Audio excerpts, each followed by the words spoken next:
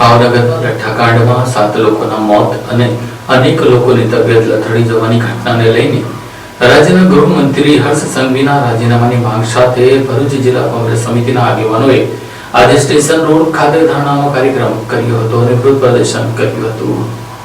ભાવનગર લઠ્ઠાકાંડના મુદ્દે ભરૂચમાં કોંગ્રેસ દ્વારા ઉગ્ર વિરોધ પ્રદર્શન યોજવામાં આવ્યું। કોંગ્રેસના આગેવાનો અને કાર્યકરો રેલવે સ્ટેશન બહાર પોસ્ટરો સાથે એકત્ર થઈ ભાજપ સરકાર વિરુદ્ધ ભારે સૂત્રોચ્ચાર કરી વિરોધ નોંધાવ્યો। કોંગ્રેસે ભાવનગર લઠ્ઠાકાંડને લઈને રાજ્ય સરકારની કામગીરી સામે સવાલ ઉઠાવ્યા અને સરકારની નિષ્ફળતાના આક્ષેપો કર્યા। આ સાથે કોંગ્રેસ દ્વારા રાજ્યના ગૃહમંત્રી હર્ષ સંઘવીના રાજીનામાની પણ માંગ કરી। વિરોધ પ્રદર્શન દરમિયાન કોંગ્રેસના આગેવાનોએ ભાજપના કેટલાક આગેવાનો સામે હપ્તાખોરીના ગંભીર આક્ષેપ પણ કર્યા। કોંગ્રેસે લઠ્ઠાકાંડ જેવી ગંભીર ઘટનામાં જવાબદારી નક્કી કરી કડક કાર્યવાહી કરવાની માંગ કરી। સદર વિરોધ પ્રદર્શનમાં કોંગ્રેસ શહેર પ્રમુખ સલીમ દવાદી, પ્રવક્તા નાઝુ ફડવાલા, ઇકબાલ ગૌરી, જિગ્નેશ બ્રહ્મભટ્ટ, હેમેન્દ્ર કોઠીવાલા, મોહસિન પટેલ, ફરીદાબેન પટેલ, નવીન પટેલ, જ્યોતિ તડવી, રાકેશ શુક્લા સહિતના આગેવાનો અને મોટી સંખ્યામાં કાર્યકરો જોડાયા હતા। નગરમાં જે લઠ્ઠાકાંડનો બનાવ બન્યો છે અને સખત શબ્દોમાં વખોડીએ છે। જે પરિવારો આજે મૃત થયેલા છે એમને શ્રદ્ધાંજલિ પાઠવીને સાંત્વના પાઠવીએ છીએ। સાથે સાથે બનાવ કેમ બનવામાં આવ્યો આમાં ગુજરાત સરકારની સીધી સંડોવણી છે। બુટલેગરોને સીધો છૂટ ગુજરાતમાં આપી રહ્યો છે, ગુંડાઓને સીધી છૂટ છે, પોલીસની રેમ નજર છે, સરકાર પોલીસને પણ દબાવે છે। ત્યારે એ લોકો ધન સંગ્રહ કરીને ભારતીય જનતા પાર્ટીના મિનિસ્ટરો સુધી હપ્તા આપે છે।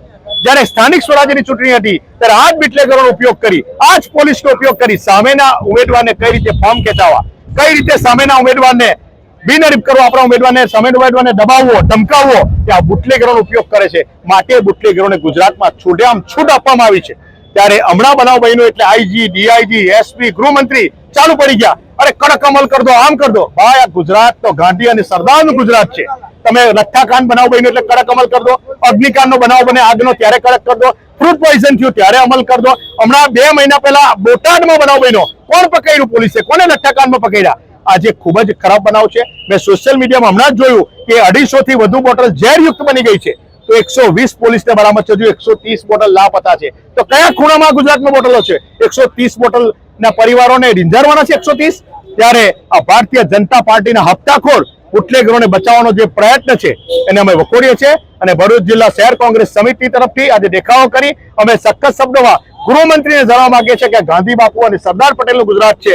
એમાં ગૃહમંત્રીને કહેવા માંગુ છું કે નાચવાથી કે બોલ બચ્ચન કરવાથી ગુજરાત ના ચાલે। તારી જવાબદારી સીધી થાય છે ભાઈ, તું સેલનો રાજીનામું આપ, અમે રાજીનામાની માંગણી કરીએ છીએ।